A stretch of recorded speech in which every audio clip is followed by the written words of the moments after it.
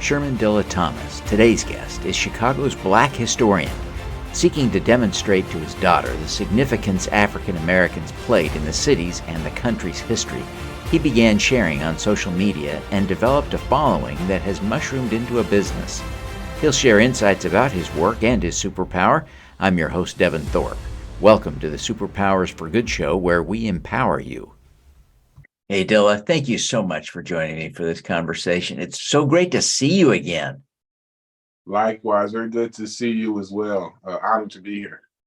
Yeah, you and I had that extraordinary opportunity to visit Israel together with a group of other folks, and I certainly felt like the best part of that trip for me was making some great new friends that I hope will all be lifelong friends, and chief among them is you. It was great to meet, connect with you, and get to know you a little bit on that trip.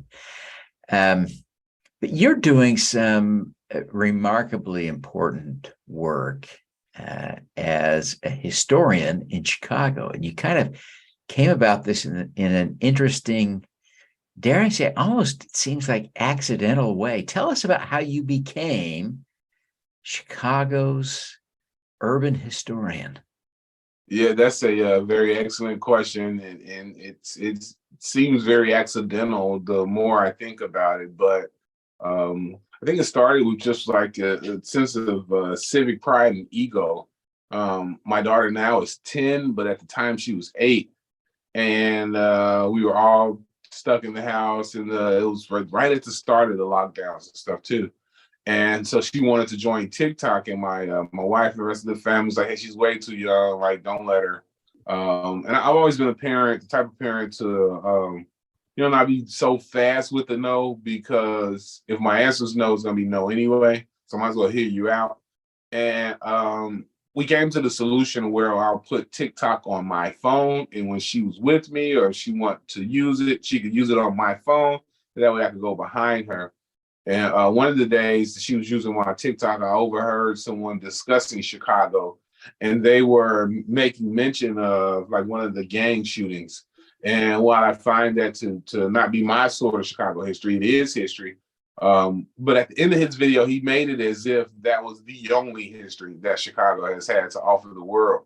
And in an arrogance to that, I was trying to convince my daughter to tell Chicago stories on my page, and she didn't think it was a good idea. So I started to tell those Chicago stories, and it's taken off. Wow, it's amazing. And just in our chats in Israel, I heard some amazing things. What are some of the things you most like to brag about Chicago? Oh, I always like bragging about Chicago much more than I like bragging about anything else. So I'm in love with the notion that Chicago as a city gave the world what we consider gospel music today. Right? It doesn't matter what any person's religious denomination is. There's a gospel song that they've loved and that's touched them, or that means something to them and their family. So Chicago comes up with that concept. Chicago gives us what we refer to as skyscrapers. Chicago also gives us, varying cuisines, right? Like Italian beefs or deep dish pizza.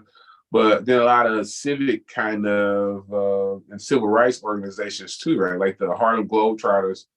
We don't consider a civil rights organization, but they needed to form because African Americans were excluded from professional basketball. And contrary to popular belief, they're from Chicago. So that open heart surgery, the world's first, the Western Hemisphere's first planetarium. We'd be here all day. I started telling you about Chicago. Well, a lot of your focus has been on what the African American community brings to Chicago and to the world via Chicago. What do you see as some of your favorite examples of that aspect of Chicago history? Oh, it spans the gambit, Rich. Some of my favorite aspects of the contributions from African Americans from Chicago to the world, start with the firemen's pole. Firefighters from all over the world now slide down a pole to respond to fires, and that concept comes from Black firemen in Chicago right about 1874. And the speed at which that gets you to the truck or horse has saved thousands, if not millions of lives now versus everyone taking the stairs, right? And that, most people don't know that that's a concept that comes from African Americans in Chicago. That as well as open heart surgery, right? The first successful open heart surgery, argumentatively, is Dr. Hale Williams performing that open heart surgery in 1893. And he not only is a Black doctor that did it, but he did it in the world's first Black hospital founded by and for African Americans. So those are just some I'm very proud of. Wow, it really is kind of a remarkable history, a great legacy that, frankly, a lot of us are not aware of outside of Chicago. You now have kind of built a real business around this. You've got a van, you do tours, all kinds of stuff. Tell us a little bit about the business. Yeah, we start. Coming out of starting to, I would say a joint TikTok with my daughter that eventually just became mine. It dawned on me that people would want to see the spaces that I was telling them about, right? I could, on TikTok, do a 60-second story about Ida B. Wells' this house on the south side of Chicago.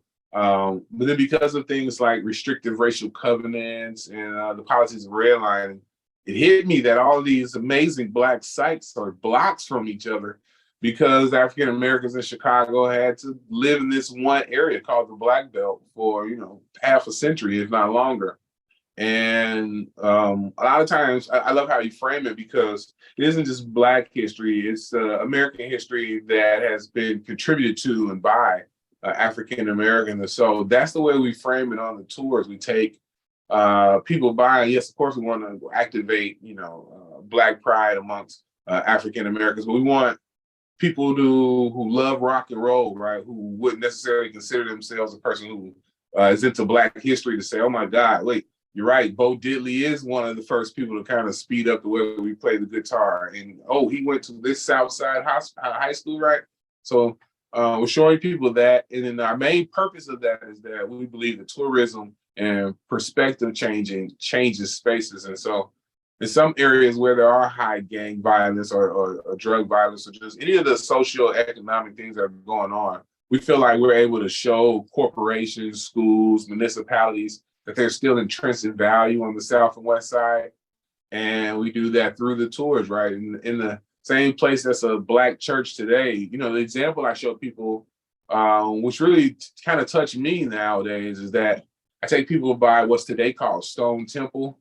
And it's a Baptist church that Dr. King preached in when he lived in Chicago in 1966. But before it was a Baptist church, it was the first Romanian congregation, and it was a Jewish synagogue. And when Romania was its own sovereignty, the Queen of Romania came to Chicago, and she had a Sabbath service there, Sabbath service, right? At the same place, Queen of Romania said, Dr. King preached, right? And it's in a Black neighborhood, and I'm sure a lot of those kids didn't know that. So we teach people those things on our tours. And it has become a very successful business. People who come to Chicago, they want to see where Muddy Waters lived and where Shaka Khan went to high school, right? These are things that we that make America awesome. And so I love that it's a business, yes, but it's more of a mission nowadays for me to change the perspective.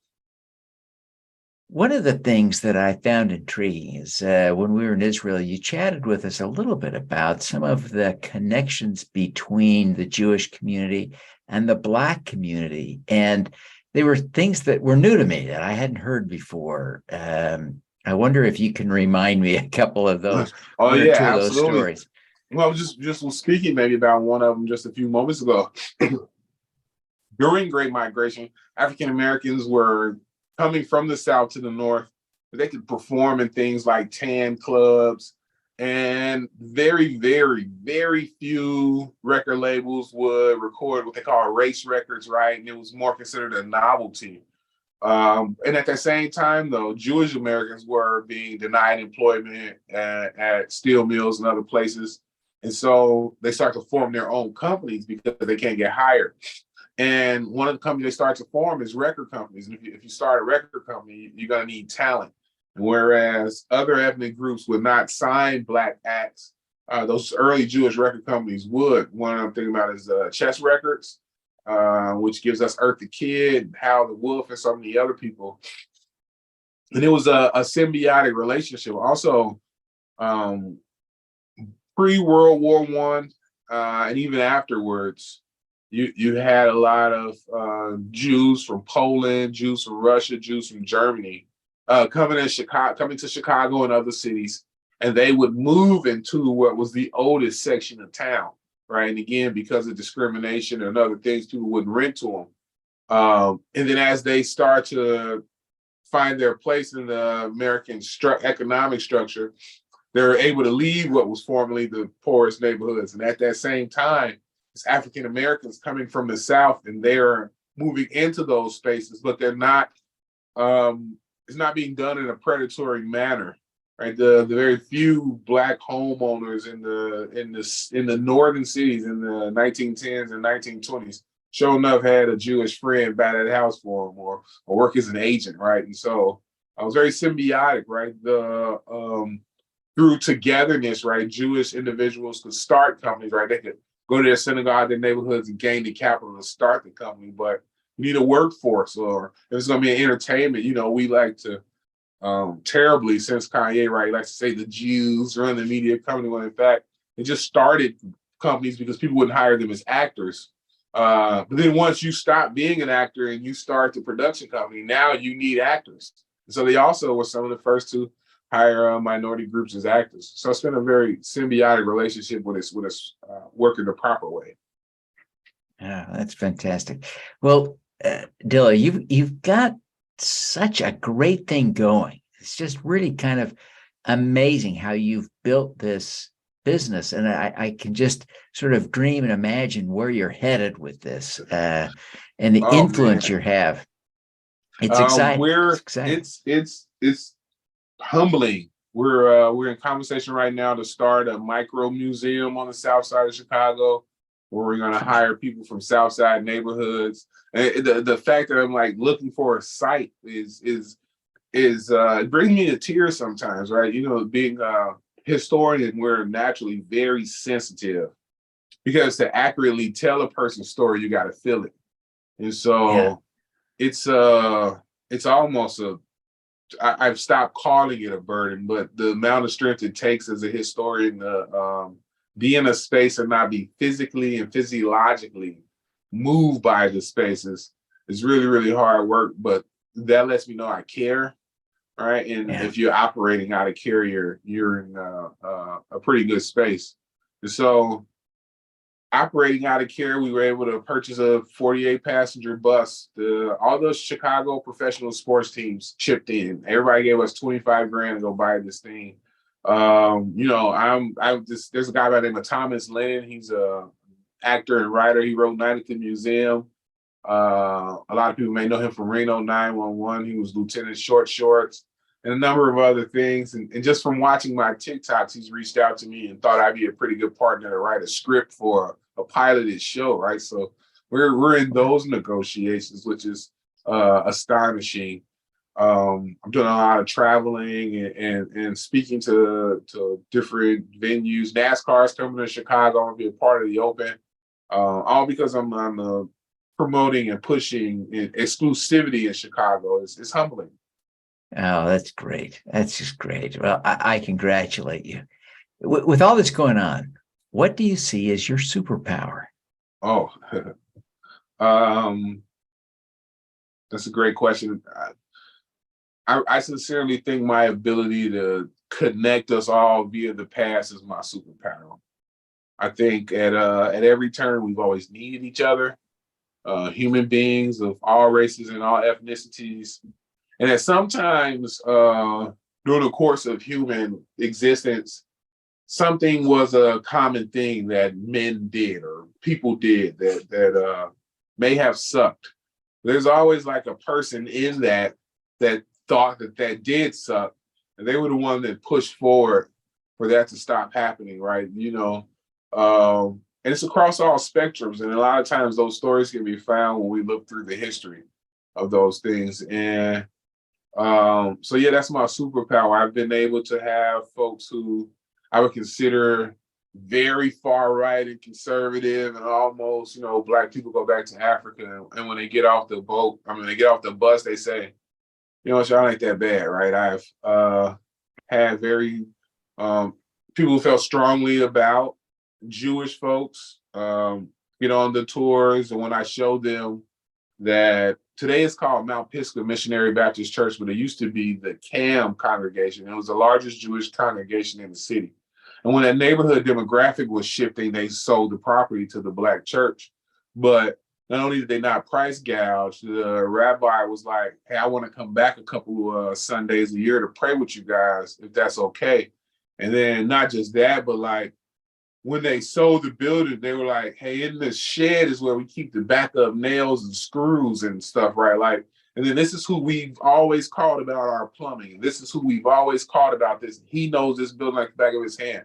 And it was more of a handover than a sale. And so because of that, the people at Mount Pisgah promised to never cover up the Stars of David or the original name of the congregation on the front of the church now. And it's hard to physically be in front of that and see that and not really believe in people. Like you're at that point fighting to not believe in the humanity within us. And I think helping us find that is my superpower. Yeah. Wow. What a great superpower.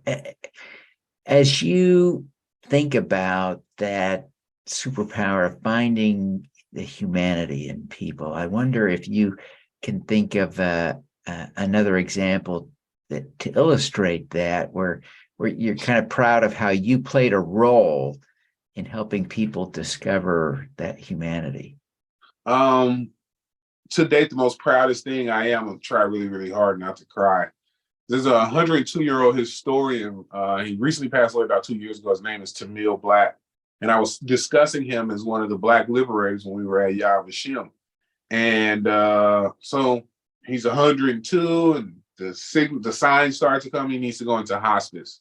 And so his wife was like, hey, we're struggling. Very, very, very prideful people. They were like, hey, we could use a little fundraising boost if you could put it on your social media channel. And so here's this man that's the first person ever to bring Dr. King to Chicago. He's the only person who could get the founders of many of the Chicago street gangs to sit out at the table, because he was many of their teachers when they were growing up. Immensely respected by everybody, but he had the misfortune of living to be 100. What do I mean by that? Well, he retired as a teacher when he was like 68.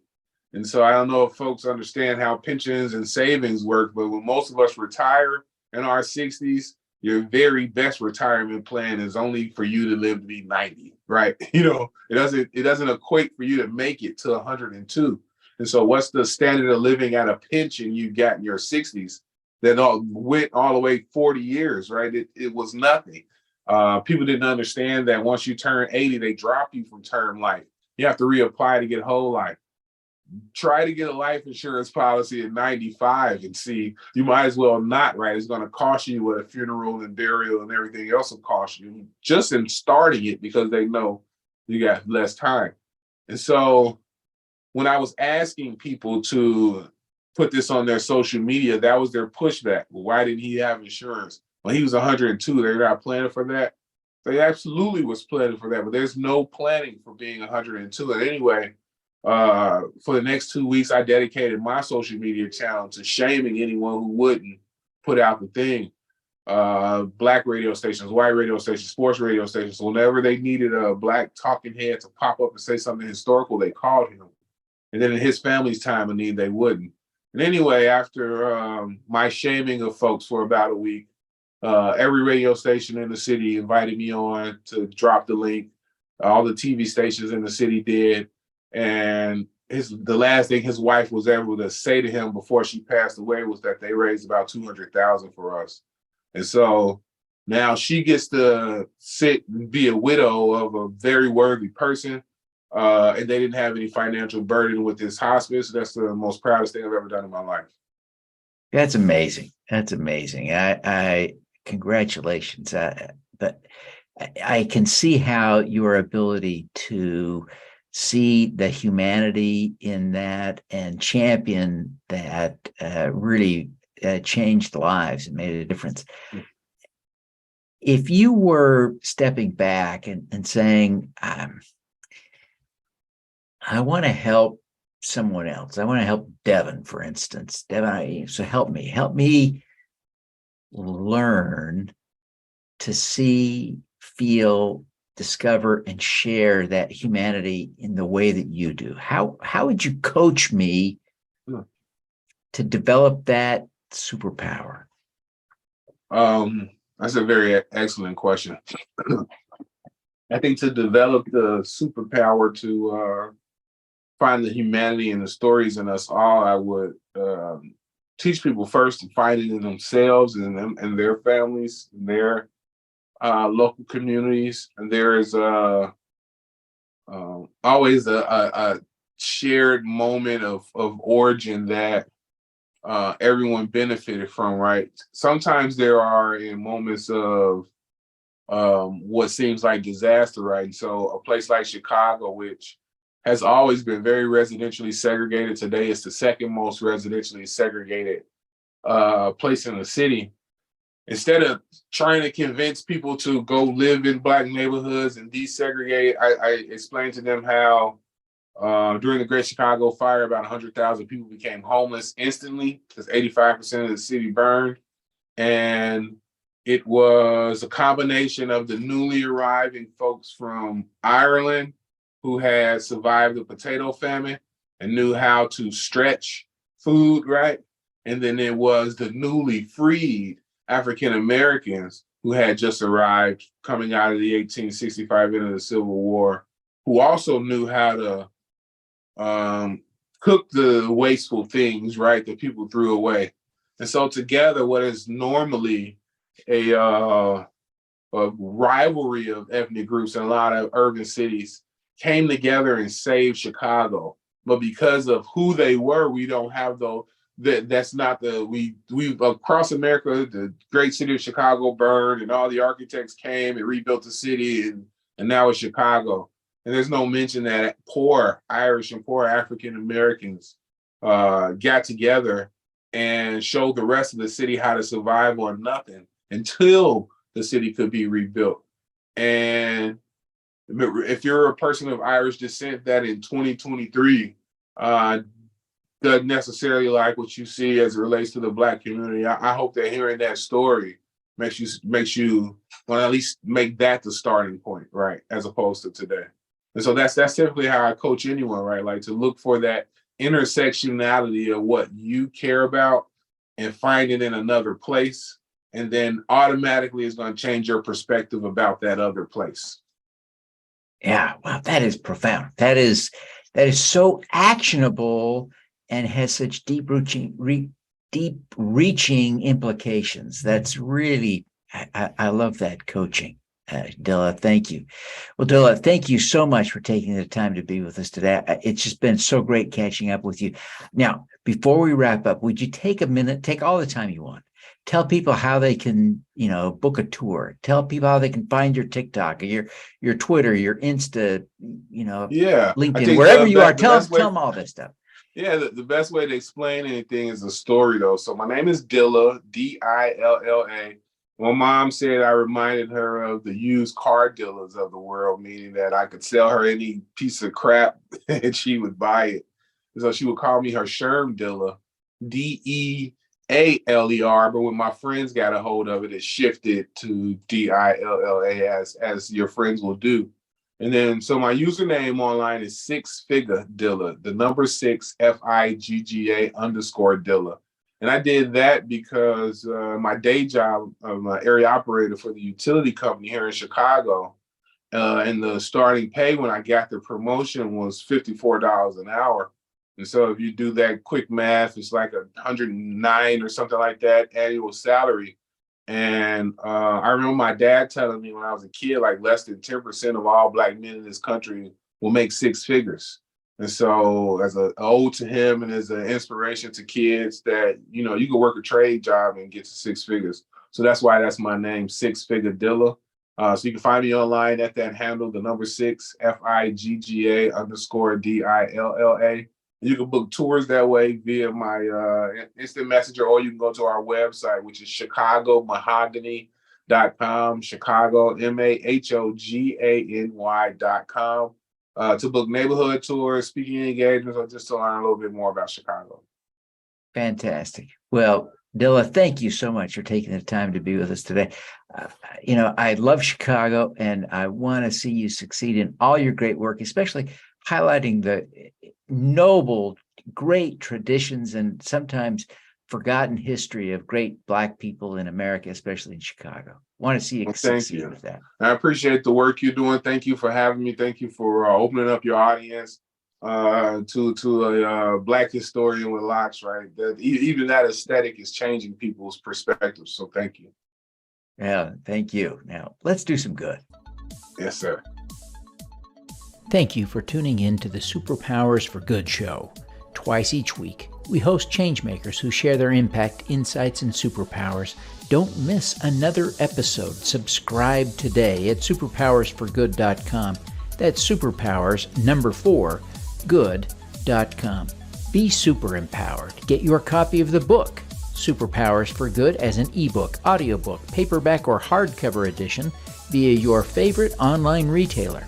Interested in having me speak to your company, organization, or association? Visit devonthorpe.com. Then let's talk. Now, keep using your superpowers for good. Together, we can reverse climate change, improve global health, and eradicate poverty.